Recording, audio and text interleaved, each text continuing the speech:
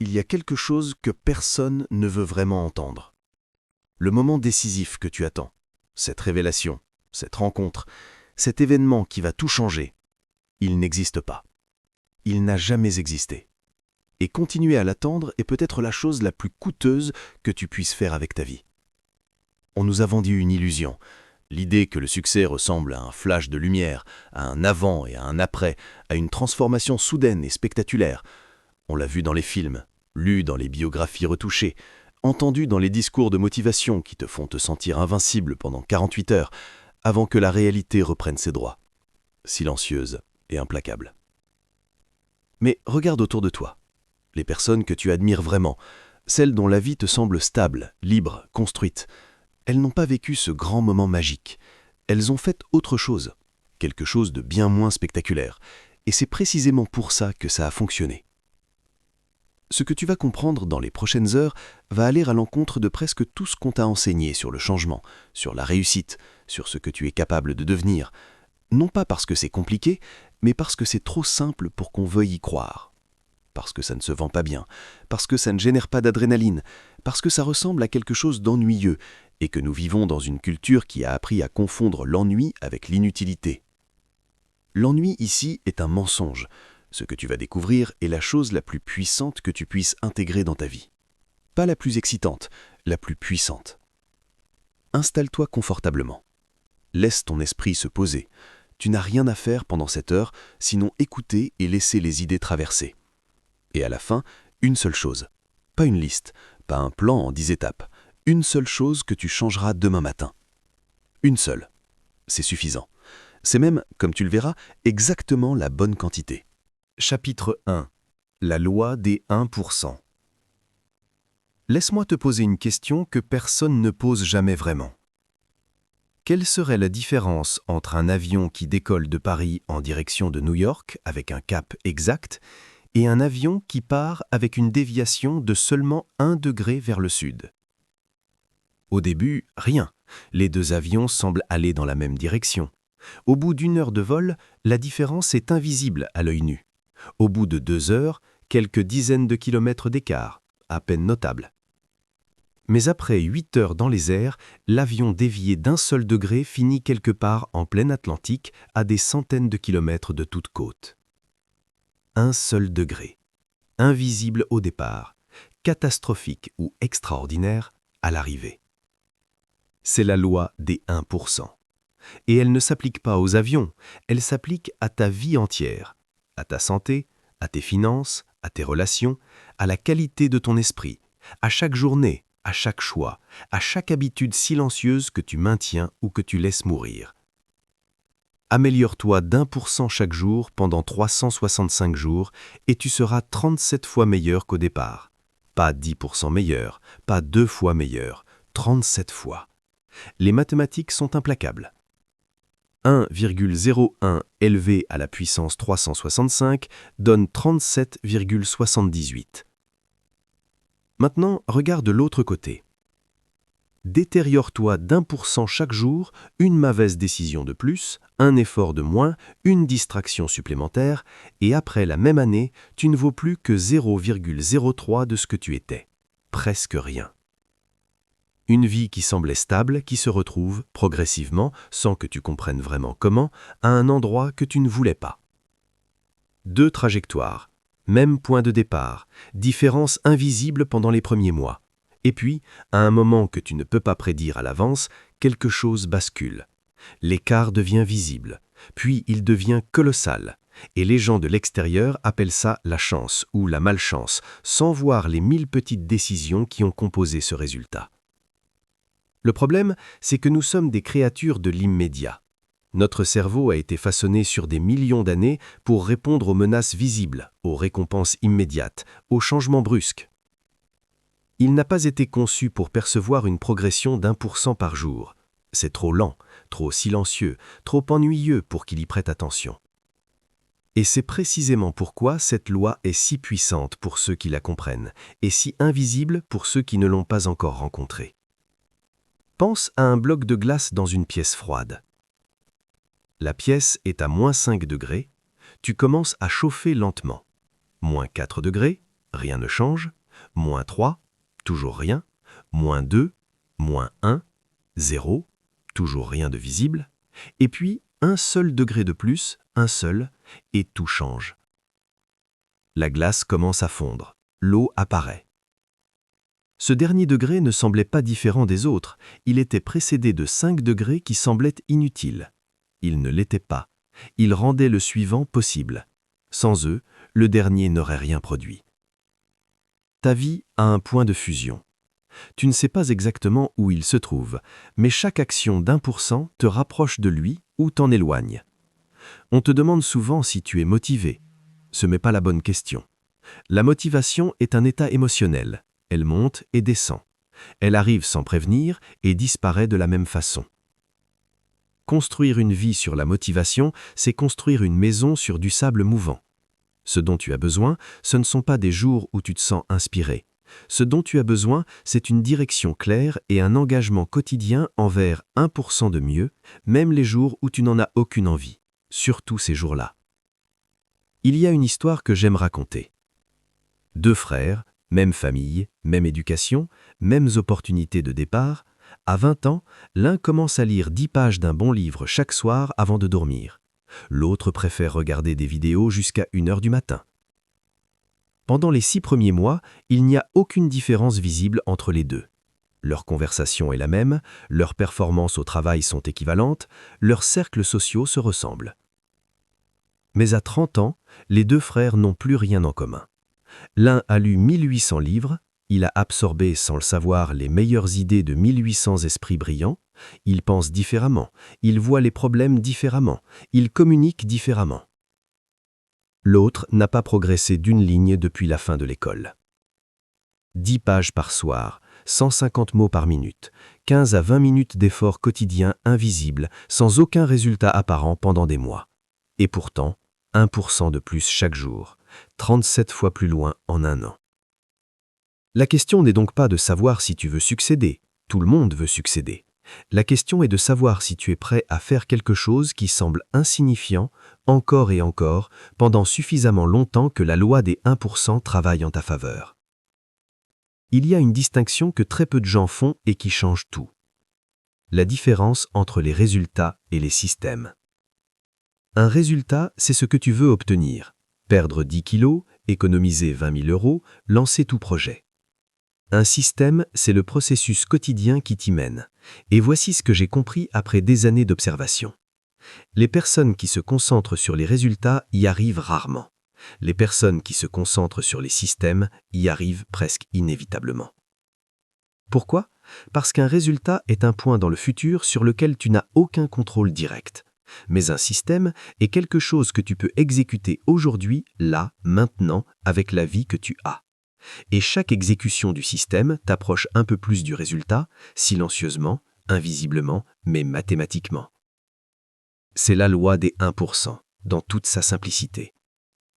Tu ne contrôles pas l'arrivée, tu contrôles le cap. Et le cap, maintenu avec cohérence, fait le reste. Parce que les jours où tu n'en as pas envie et que tu le fais quand même, c'est précisément ces jours-là qui font toute la différence entre quelqu'un qui essaie et quelqu'un qui devient. Chapitre 2. L'identité avant les objectifs.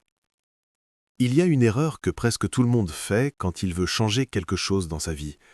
Pas une erreur de méthode, pas un manque de discipline, une erreur de niveau. On essaie de changer ce qu'on fait avant d'avoir changé ce qu'on est. Voici comment ça se passe habituellement. Tu décides de te mettre au sport. Tu te fixes un objectif, courir un semi-marathon dans 6 mois. Tu t'achètes des chaussures, tu télécharges une application, tu t'entraînes pendant 2 semaines avec une énergie que tu ne te connaissais pas. Et puis, progressivement, presque sans t'en rendre compte, tu t'arrêtes. Pas parce que tu manques de volonté, pas parce que l'objectif était trop grand, mais parce que quelque chose en toi, au fond, ne croit pas encore que tu es coureur. Et cette croyance, invisible et silencieuse, est plus puissante que n'importe quelle application de running. Ce que les personnes qui réussissent à changer comprennent différemment, c'est ceci. Elles ne se demandent pas comment faire X, elles se demandent quel genre de personne fait X naturellement et comment elles deviennent cette personne. Un coureur ne court pas pour atteindre un objectif, il court parce qu'il est coureur. c'est différent, profondément différent. L'identité n'est pas ce que tu décides d'être un matin de janvier devant un carnet flambant neuf. L'identité est ce que tu prouves à toi-même à travers chaque petite action répétée. C'est une accumulation de preuves. Chaque fois que tu honores un engagement envers toi-même, même un tout petit engagement, tu ajoutes une preuve dans ce dossier intérieur qui dit « Je suis quelqu'un de fiable ». Chaque fois que tu te défiles, tu ajoutes une preuve dans l'autre sens. Avec le temps, le dossier le plus épais gagne, toujours. C'est pour ça que commencer petit est plus intelligent que commencer grand, non pas parce que les petits objectifs sont plus faciles à atteindre, mais parce que les petites victoires répétées changent le dossier de preuve plus vite que les grands objectifs atteints une fois. Un homme qui fait 10 pompes chaque matin, sans exception, pendant 1 an, a construit quelque chose que celui qui court un marathon une fois par an n'a pas construit. Il a construit une identité. Je suis quelqu'un qui s'entraîne, quelle que soit la situation. Et cette identité, une fois établie, commence à prendre ses propres décisions. Imagine 2 personnes à qui on propose un dessert après le dîner. La première dit « Non merci, j'essaie de perdre du poids ». La seconde dit « Non merci, je ne mange pas de sucre le soir ».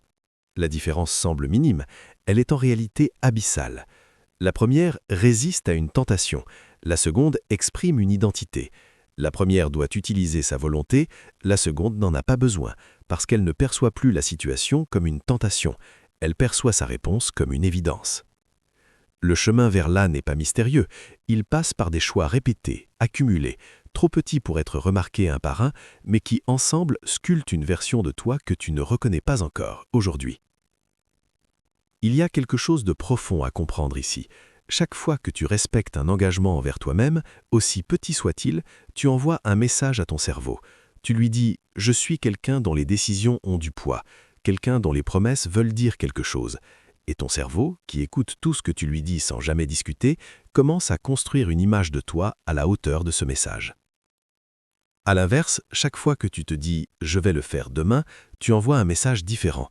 Tu lui dis « mes intentions ne se transforment pas en action ». Et lui, fidèlement, intègre cette information dans le portrait qu'il construit de toi. Ce n'est pas de la philosophie, c'est de la neurologie. Les voies neuronales associées à un comportement se renforcent chaque fois que ce comportement est répété. Elles s'affaiblissent chaque fois qu'il est évité. Ce que tu fais le plus devient ce que tu fais naturellement. Ce que tu évites le plus devient ce que tu ne sais plus faire. Pose-toi cette question maintenant.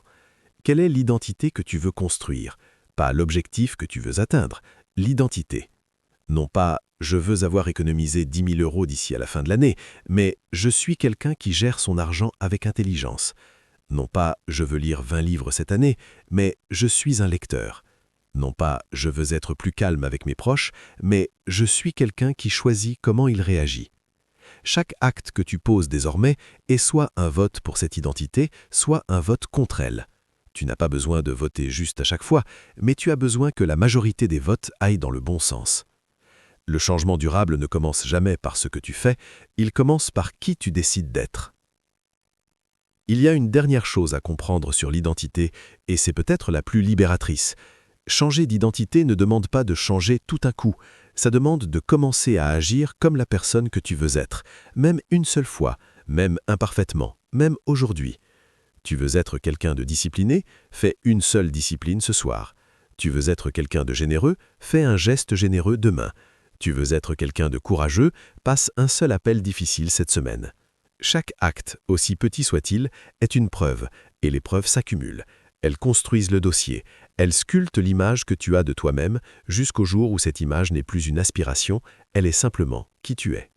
C'est ainsi que les gens changent vraiment, pas en se transformant du jour au lendemain, mais en accumulant des preuves, une à une, que la personne qu'ils veulent être est déjà en train d'émerger. Chapitre 3. Le système invisible. La volonté est une ressource épuisable. Ce n'est pas une opinion, c'est de la biologie.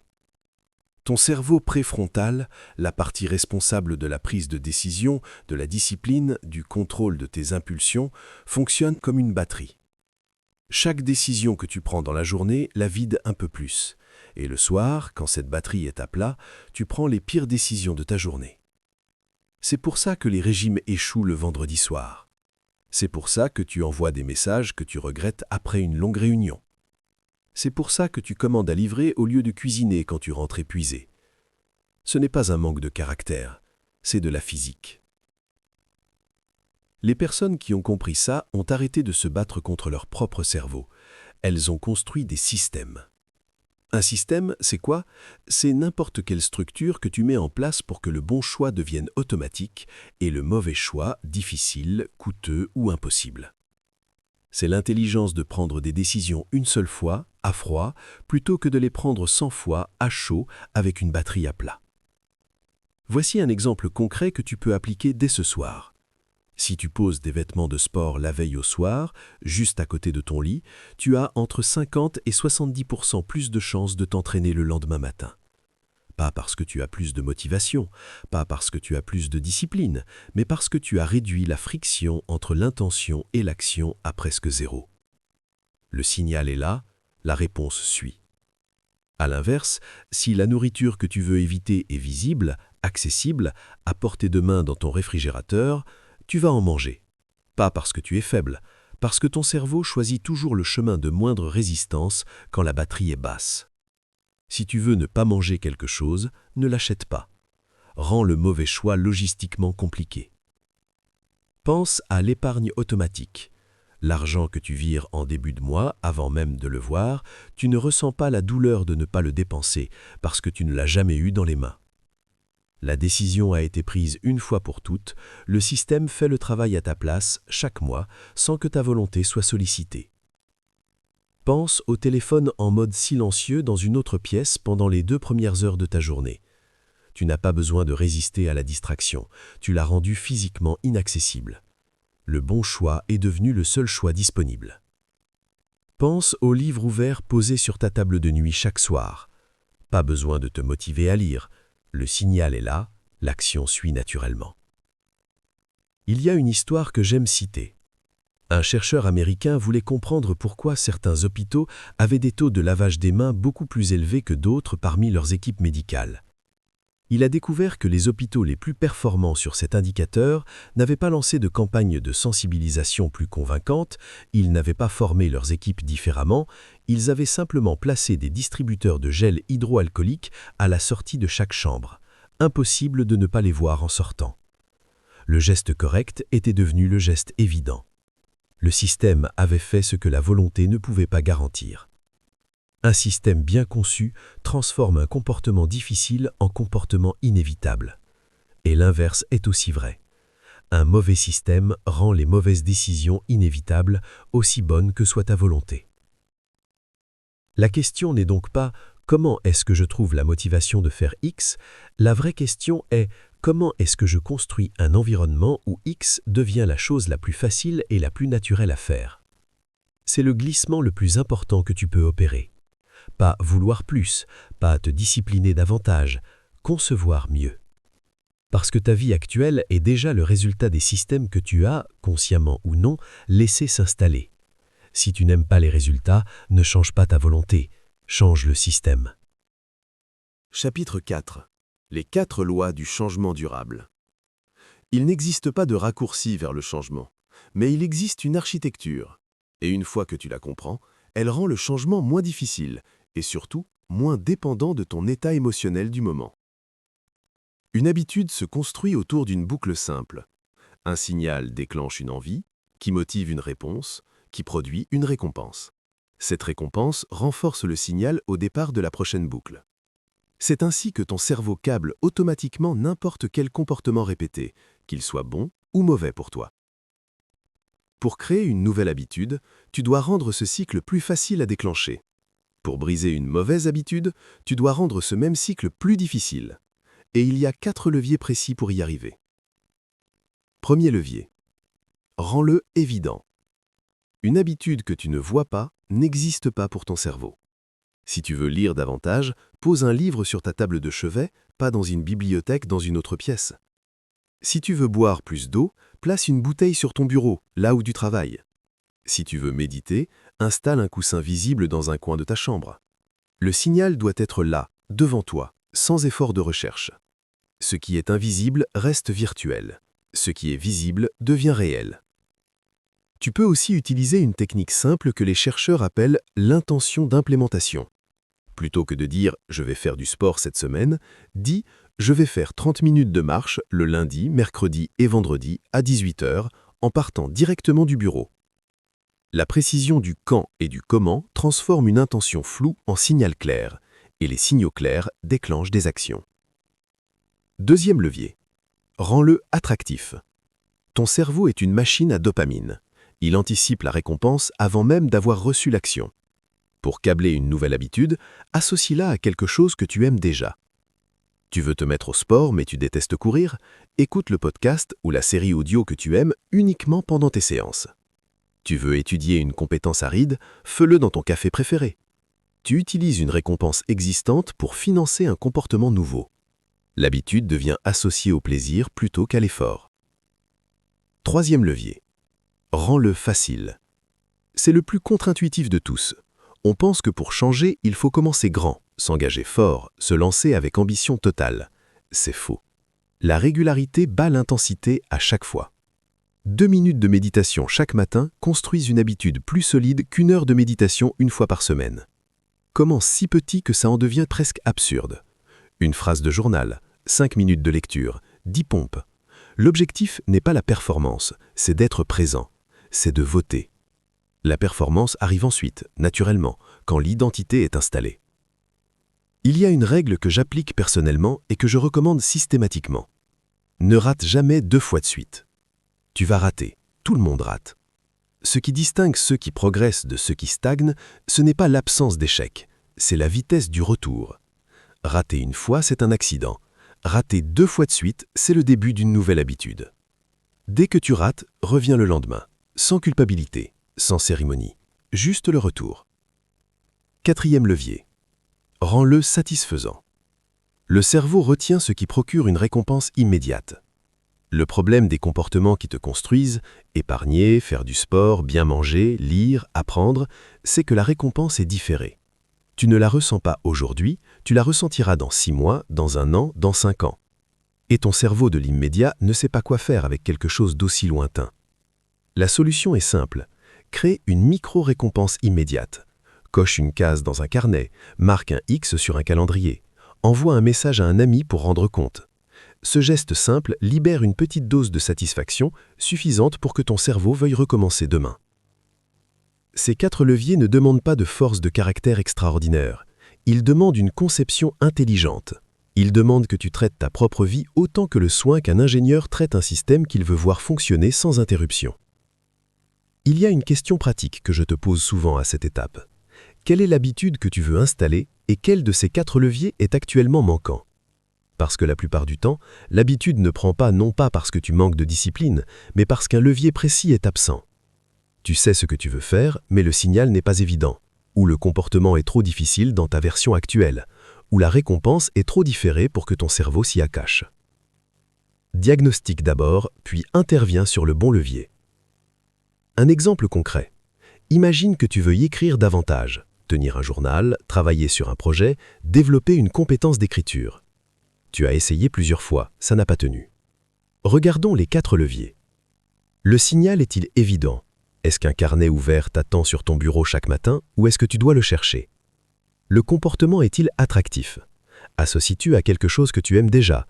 Une musique, un café, un moment de la journée que tu apprécies déjà? Est-il facile?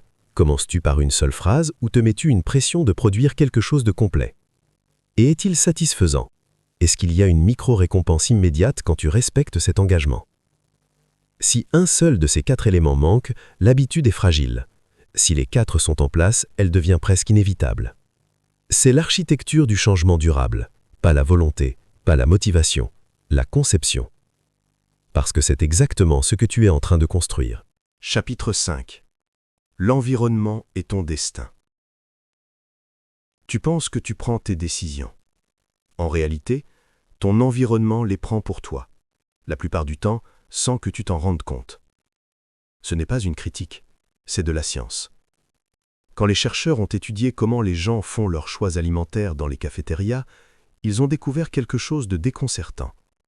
En changeant simplement la position des aliments, mettre la salade à hauteur des yeux, les desserts plus loin, les fruits dans des récipients transparents, les gens ont naturellement choisi des options plus saines. Sans campagne de sensibilisation, sans effort de volonté, sans même s'en rendre compte, juste en changeant ce qui était visible et accessible. Nous sommes des créatures de contexte. Notre comportement est modelé par ce qui nous entoure, bien plus que par nos intentions conscientes. Pense à qui tu étais il y a 10 ans. Maintenant, pense à qui tu es aujourd'hui. Que s'est-il passé entre ces deux moments? Probablement moins de grandes décisions conscientes que tu ne l'imagines. Plutôt une accumulation d'expositions. Aux personnes que tu as fréquentées, aux conversations que tu as eues régulièrement, aux contenus que tu as consommés semaine après semaine, aux environnements que tu as habités. Ces expositions répétées ont sculpté tes croyances, tes réflexes, ta façon de voir ce qui est possible. Les personnes qui t'entourent sont peut-être l'influence la plus puissante sur ta trajectoire. Pas parce qu'elles te disent quoi faire, mais parce qu'elles définissent ce qui est normal. Si tes amis proches passent leur soirée à consommer du contenu passif, tu le feras aussi, sans même t'en rendre compte. Si tes collègues se plaignent constamment de leur situation, tu adopteras progressivement une vision du monde plus pessimiste, même si tu te considères fondamentalement optimiste. À l'inverse, si tu passes régulièrement du temps avec des personnes qui lisent, qui investissent, qui construisent quelque chose, leur comportement et leurs croyances deviennent graduellement les tiens. Non pas par imitation consciente, mais par osmose naturelle. Le standard de ce qui est normal pour eux devient le standard de ce qui est possible pour toi. Il y a une expérience sociale qui illustre cela de façon frappante. Des chercheurs ont suivi des groupes d'amis sur 20 ans et ont découvert que l'obésité se propageait dans les réseaux sociaux comme une influence.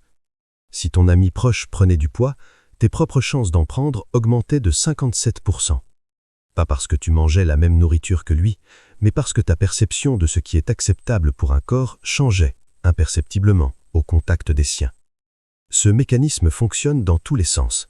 L'excellence aussi se propage. La santé financière aussi. L'ambition aussi.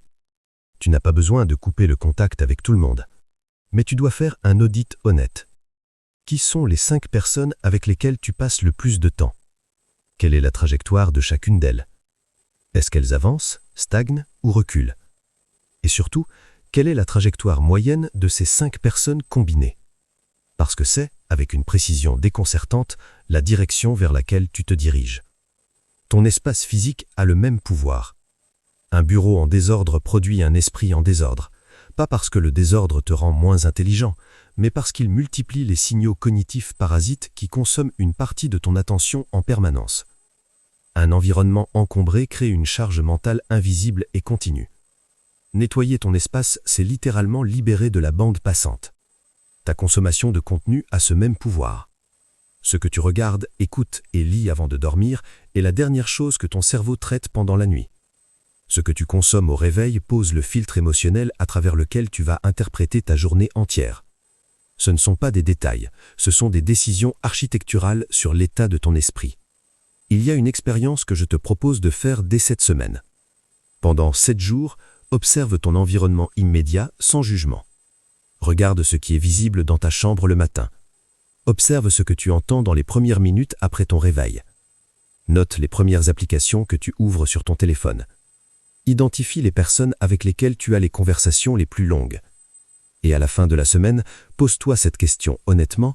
Cet environnement a-t-il été conçu pour faire émerger la meilleure version de moi ou s'est-il installé par défaut, par inertie, sans que j'aie vraiment choisi? La plupart des gens découvrent à cet exercice que leur environnement s'est formé par hasard. Non pas par malveillance, non pas par manque d'intelligence, mais simplement parce que personne ne nous apprend à le concevoir intentionnellement. On hérite des habitudes de nos parents, des dynamiques de notre entourage, des algorithmes des plateformes que l'on utilise. Et progressivement, sans qu'on l'ait décidé, cet environnement devient la boussole invisible qui oriente nos choix quotidiens. La bonne nouvelle, c'est qu'un environnement peut être reconfiguré.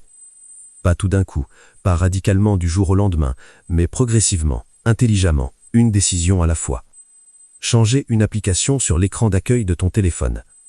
Placer un livre à la place de la recommande sur ta table basse. Appeler cet ami qui t'inspire plutôt que de laisser le temps s'écouler passivement. Ces gestes semblent minimes, ils ne le sont pas. Ils reconfigurent les signaux auxquels ton cerveau est exposé. et donc, progressivement, les comportements qui en découlent. Deviens l'architecte de ton environnement. Choisis ce que tu vois premier le matin. Choisis ce qui est accessible et ce qui est difficile à accéder. Choisis avec qui tu passes du temps. Choisis ce que tu écoutes pendant tes déplacements. Ces choix répétés assez longtemps ne sont pas des détails de confort, ils sont la structure de ta vie. Chapitre 6. Le plateau de la latence. Il y a un moment précis où la plupart des gens abandonnent. Et ce moment n'est pas celui qu'on imagine. On pense qu'on abandonne quand c'est trop difficile. En réalité, on abandonne quand on ne voit pas de résultat, même quand on fait tout correctement, même quand la direction est bonne, même quand les habitudes sont en place. L'absence de résultat visible est interprétée comme une preuve que ça ne fonctionne pas. Et on arrête, juste au moment où le travail invisible allait devenir visible. Les chercheurs appellent ça le plateau de la latence. C'est la phase pendant laquelle un changement est réel, actif, en train de se produire, mais encore invisible à l'œil nu. Tes habitudes travaillent sous la surface. La transformation est en cours. Et toi, tu ne vois rien. Imagine une graine de bambou géant. La première année après la plantation, il ne se passe rien en surface. La deuxième année, rien. La troisième, la quatrième, rien. Un observateur extérieur conclurait que la graine est morte, que l'effort est vain, que le sol n'est pas bon. Il se tromperait sur toute la ligne. Puis, la cinquième année, le bambou émerge. Et en 6 semaines seulement, il pousse de plus de 20 mètres. Ce n'est pas qu'il ne faisait rien pendant 4 ans, il construisait un système racinaire d'une profondeur extraordinaire, invisible depuis la surface, mais capable de soutenir une croissance explosive quand les conditions seraient réunies. La croissance souterraine était la condition de la croissance visible. Elle ne pouvait pas être court-circuitée. Tu es ce bambou. Les mois pendant lesquels tu travailles sans voir de résultats ne sont pas des mois perdus. Ce sont les mois pendant lesquels ton système racinaire se forme. La discipline s'installe. L'identité se construit. Les connexions neuronales se câblent. Le capital invisible s'accumule. Et tout ça, tu ne peux pas le voir depuis l'extérieur. Mais voilà ce qui est douloureux. Personne ne peut te dire exactement quand ton bambou va émerger. Tu dois traverser le plateau sans carte, sans garantie, sans confirmation extérieure que ça fonctionne. Tu dois avoir confiance dans la loi des 1%, même quand elle ne se voit pas. Et c'est là que la plupart des gens s'arrêtent. Ils s'arrêtent au 19e mois, alors que la percée était programmée pour le 20e. Ils changent de méthode juste avant que la première commence à produire des effets visibles. Ils interprètent l'absence de résultats comme une preuve d'échec, alors que c'est simplement une preuve que le travail est encore en cours, sous la surface, là où ça compte vraiment.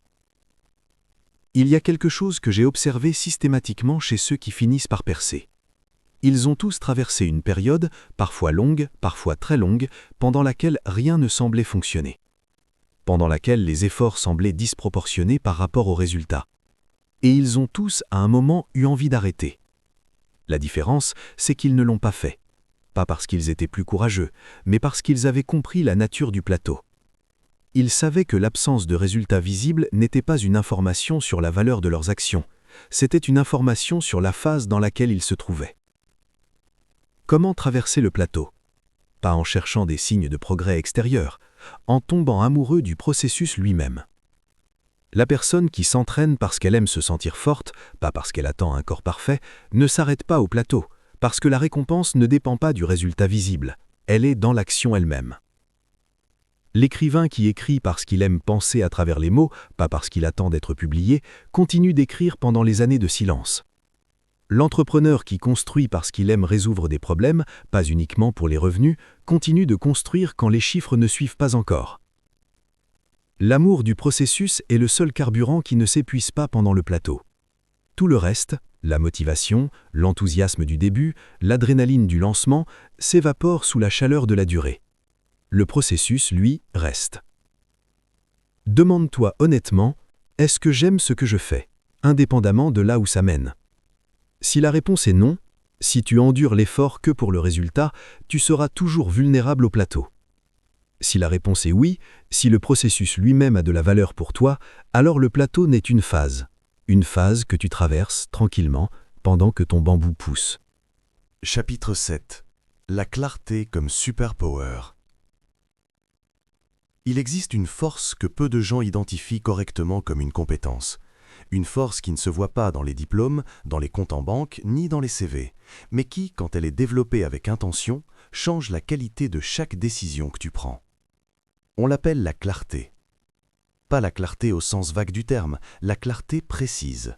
L'état dans lequel tu sais exactement qui tu es, ce que tu veux et pourquoi tu le veux, sans avoir besoin de l'approbation des autres pour le confirmer. L'état dans lequel les bonnes décisions se prennent presque seules parce que le filtre est déjà là. La plupart des gens vivent dans le flou. Pas un flou total. Ils ont des rêves, des ambitions, des envies, mais ces envies sont floues, contradictoires, changeantes. Un jour, ils veulent la liberté, le lendemain, la sécurité. Un jour, ils veulent construire quelque chose de grand, le lendemain, ils veulent tout simplifier et repartir à zéro. Ils changent de cap selon leur humeur, selon les conversations de la semaine, selon le dernier contenu qui les a émus pendant 48 heures. Le flou est épuisant. Il consomme une énergie mentale colossale, même quand tu ne t'en rends pas compte. Chaque décision dans le flou est une lutte, parce que sans direction claire, chaque choix semble aussi valable qu'un autre, et choisir une option revient à renoncer à toutes les autres sans vraiment savoir si tu renonces à la bonne chose. La clarté, c'est le contraire de tout ça. C'est l'état dans lequel les décisions se prennent presque seules.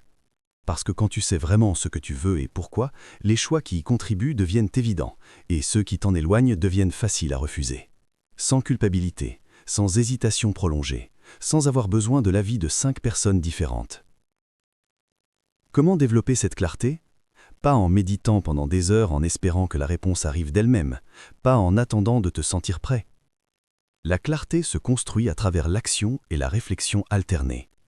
Tu fais quelque chose, tu observes comment tu te sens pendant et après, pas ce que tu penses de ce que tu devrais ressentir, mais ce que tu ressens vraiment. Tu notes ce qui t'a donné de l'énergie et ce qui t'en a pris. Progressivement, le portrait de qui tu es réellement émerge, distinct du portrait de qui tu pensais être ou de qui les autres voudraient que tu sois. C'est un travail d'enquête sur toi-même, honnête, sans complaisance, sans illusion. Il y a une pratique simple que je recommande. À la fin de chaque semaine, prends 5 minutes pour répondre à 2 questions. Qu'est-ce qui m'a donné de l'énergie cette semaine et qu'est-ce qui m'en a pris? Pas ce que tu aurais dû ressentir, ce que tu as ressenti. Après quelques semaines de cet exercice, des patterns émergent. Tu commences à voir clairement quelles activités, quelles personnes, quels contextes te construisent et lesquels te vident. Cette information est précieuse. Elle est le fondement de la clarté. Il existe une question que j'aime poser régulièrement. Une question simple mais presque inconfortable dans sa précision. Dans 10 ans, si tu continues exactement dans la direction actuelle, en faisant les mêmes choix quotidiens, en fréquentant les mêmes personnes, en consommant les mêmes contenus, en maintenant les mêmes habitudes, où seras-tu? Sois honnête, très honnête. Pas optimiste, pas pessimiste. Honnête. Si la réponse te remplit de satisfaction, tu es sur le bon chemin. Accélère. Si la réponse te remplit d'inquiétude ou de malaise, c'est de l'information précieuse. Pas de la honte, de l'information. Et l'information, contrairement à la honte, tu peux l'utiliser. La clarté, c'est aussi savoir ce que tu ne veux pas, ce que tu refuses, quel compromis tu n'accepteras jamais. Ces limites ne t'emprisonnent pas, elles te libèrent, parce qu'elles éliminent une quantité gigantesque de décisions, de tentations et de distractions qui consomment ton énergie sans t'apporter rien de réel. L'esprit clair ne fait pas plus de choses, il fait moins de choses, mais les bonnes. Il n'est pas plus intelligent que les autres, il est juste moins pollué par le bruit. Et dans un monde qui compétitionne pour ton attention à chaque seconde, un esprit qui sait ce qu'il veut est devenu une ressource rare, presque un avantage concurrentiel. Cultive-le, protège-le. Et quand la confusion s'installe, et elle s'installera toujours à un moment ou un autre, rappelle-toi que c'est normal. La clarté n'est pas un état permanent acquis une fois pour toutes. C'est une pratique, un retour régulier à toi-même, à ce que tu es vraiment, à ce qui compte vraiment. Chaque fois que tu prends le temps de te recentrer, tu reprends le gouvernail. Et un bateau qui a le gouvernail tenu peut affronter n'importe quelle mer. Chapitre 8. La cohérence est le vrai génie. Il y a un mot que notre culture a complètement dévalué. Un mot qu'on entend partout, qu'on applaudit en théorie et qu'on abandonne en pratique dès que la vie devient inconfortable. Ce mot, c'est la cohérence. On admire le génie, on célèbre le talent, On raconte des histoires de personnes extraordinaires qui ont accompli des choses extraordinaires, et on les présente comme des êtres à part, dotés d'une capacité que la plupart d'entre nous n'auraient tout simplement pas. C'est un mensonge confortable, et c'est aussi, dans la plupart des cas, une erreur factuelle. La réalité de ce que tu appelles le génie, c'est presque toujours de la cohérence invisible, des milliers d'heures de pratiques répétées, ennuyeuses, ingrates, qui ont fini par produire quelque chose qui semble, de l'extérieur, inné et naturel. Pense à un musicien que tu admires. Ce que tu vois sur scène, la fluidité, l'aisance, la façon dont il semble ne faire aucun effort, est le résultat de dizaines de milliers de répétitions des mêmes gammes, des mêmes exercices, des mêmes passages difficiles joués seul dans une pièce pendant des années. Ce que tu vois, c'est la compression de 10 ans de cohérence silencieuse en 2 heures de spectacle. La même chose est vraie pour l'entrepreneur qui semble tout réussir facilement, pour l'athlète qui paraît invincible, pour le conférencier dont les mots semblent couler naturellement. Ce que tu perçois comme du talent est presque toujours de la cohérence devenue invisible à force de répétition. Il y a un concept que j'aime appeler la courbe de la compétence. Quand tu commences quelque chose de nouveau, tu es conscient de ton incompétence. Tu sais que tu ne sais pas faire. C'est inconfortable, parfois humiliant, mais c'est honnête. Avec de la pratique, tu progresses vers la compétence consciente. Tu commences à savoir faire, mais ça demande encore de l'attention, de la concentration, de l'effort délibéré. Et puis, si tu continues assez longtemps, quelque chose change. La compétence devient inconsciente. Ce qui demandait de l'effort devient automatique. Ce qui nécessitait de la réflexion devient instinctif. Et c'est là, précisément là, que les gens de l'extérieur commencent à parler de don naturel. Il n'y a pas de don, il y a la cohérence, suivie du temps. Voilà ce que j'observe chez ceux qui construisent quelque chose de durable. Ils ne cherchent pas les jours d'inspiration extraordinaire, ils ne dépendent pas de se sentir motivés pour agir. Ils ont compris une vérité fondamentale que la plupart des gens n'intègrent jamais vraiment. L'action précède la motivation, pas l'inverse. On attend d'avoir envie pour agir. C'est une erreur. On agit d'abord et l'envie suit. Le cerveau ne génère pas de la motivation en l'air, il en génère en réponse au mouvement. Tu ne t'es jamais senti plus motivé après avoir commencé quelque chose, même à contre-cœur? C'est la chimie du cerveau. Une fois que tu es en mouvement, les neurotransmetteurs qui alimentent l'engagement commencent à se libérer. Mais ils n'arrivent pas avant que tu n'aies bougé. Les personnes cohérentes le savent. Elles n'attendent pas l'humeur. Elles ne consultent pas leur état émotionnel du matin pour décider si elles vont respecter leur processus. Elles ont décidé, une fois pour toutes, que certaines choses se font indépendamment de comment elles se sentent. Et cette décision, prise une fois, les libère de devoir la reprendre chaque jour. Il y a une image que j'aime appliquer. Imagine que tu aies décidé de te brosser les dents chaque soir. Est-ce que tu te demandes chaque soir si tu en as envie? Est-ce que tu négocies avec toi-même, tu repousses à demain, tu attends d'être motivé? Non, parce que la décision a été prise il y a longtemps et elle est simplement exécutée. Ce n'est plus une question, ce n'est plus une lutte, c'est juste ce qui se passe. Tes habitudes les plus puissantes doivent fonctionner exactement comme ça, pas comme des défis quotidiens que tu dois me surmonter à chaque fois, comme des automatismes silencieux qui se déclenchent sans débat intérieur. La cohérence, c'est le vrai génie. Pas parce qu'elle est impressionnante en elle-même, mais parce qu'elle est le mécanisme connu qui transforme de façon fiable le potentiel en résultat. Le talent sans cohérence reste du potentiel. La cohérence sans talent produit des résultats, toujours. Et voici la bonne nouvelle.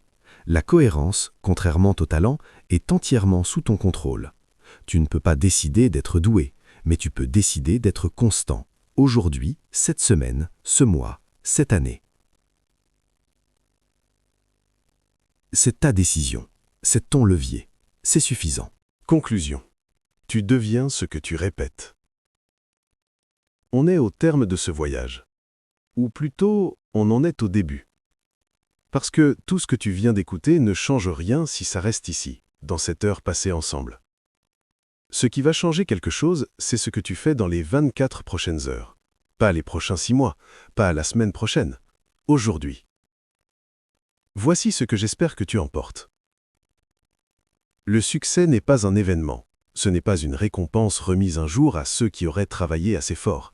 C'est une direction, un degré de cap, une série de petits choix quotidiens, chacun trop insignifiant pour être remarqué seul, mais dont la somme, au bout de mois et d'années, compose une vie entière. Tu n'as pas besoin d'être extraordinaire, tu as besoin d'être constant. Tu n'as pas besoin d'une révélation, tu as besoin d'un processus.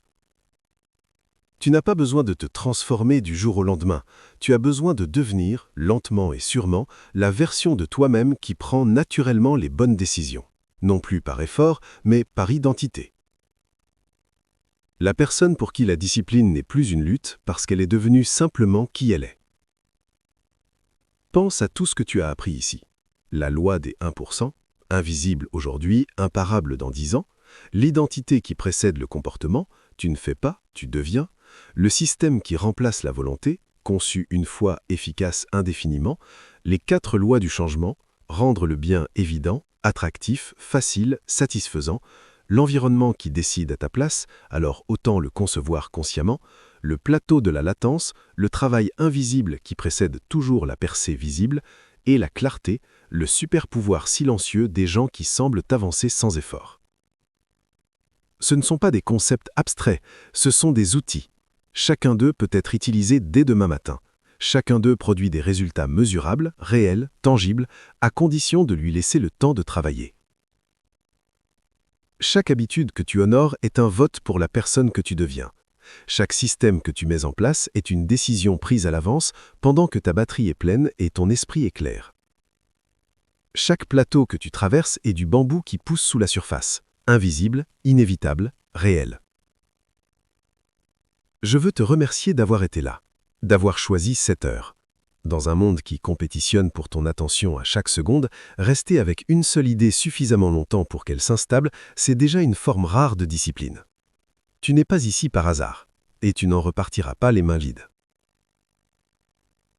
Maintenant, une seule chose, une habitude, une seule, que tu commences demain matin. Pas 3, pas un plan complet en 10 étapes, une seule. Rends-la évidente, rends-la facile, rends-la satisfaisante. Et répète-la sans exception jusqu'à ce qu'elle ne soit plus un effort, jusqu'à ce qu'elle soit simplement qui tu es.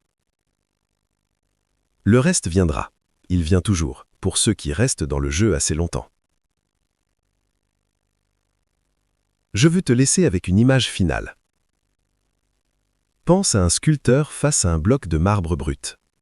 Il ne cherche pas à ajouter quoi que ce soit. Il retire, doucement, méthodiquement, tout ce qui n'est pas la sculpture. Chaque coup de ciseau semble insignifiant. La forme n'est pas visible pendant longtemps.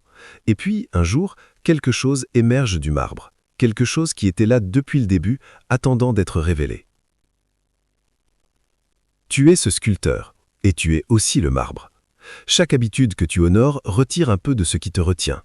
Chaque choix cohérent révèle un peu plus la version de toi qui attendait d'être libérée. Ce n'est pas de la création ex nihilo, c'est de la révélation progressive, lente, inévitable, magnifique.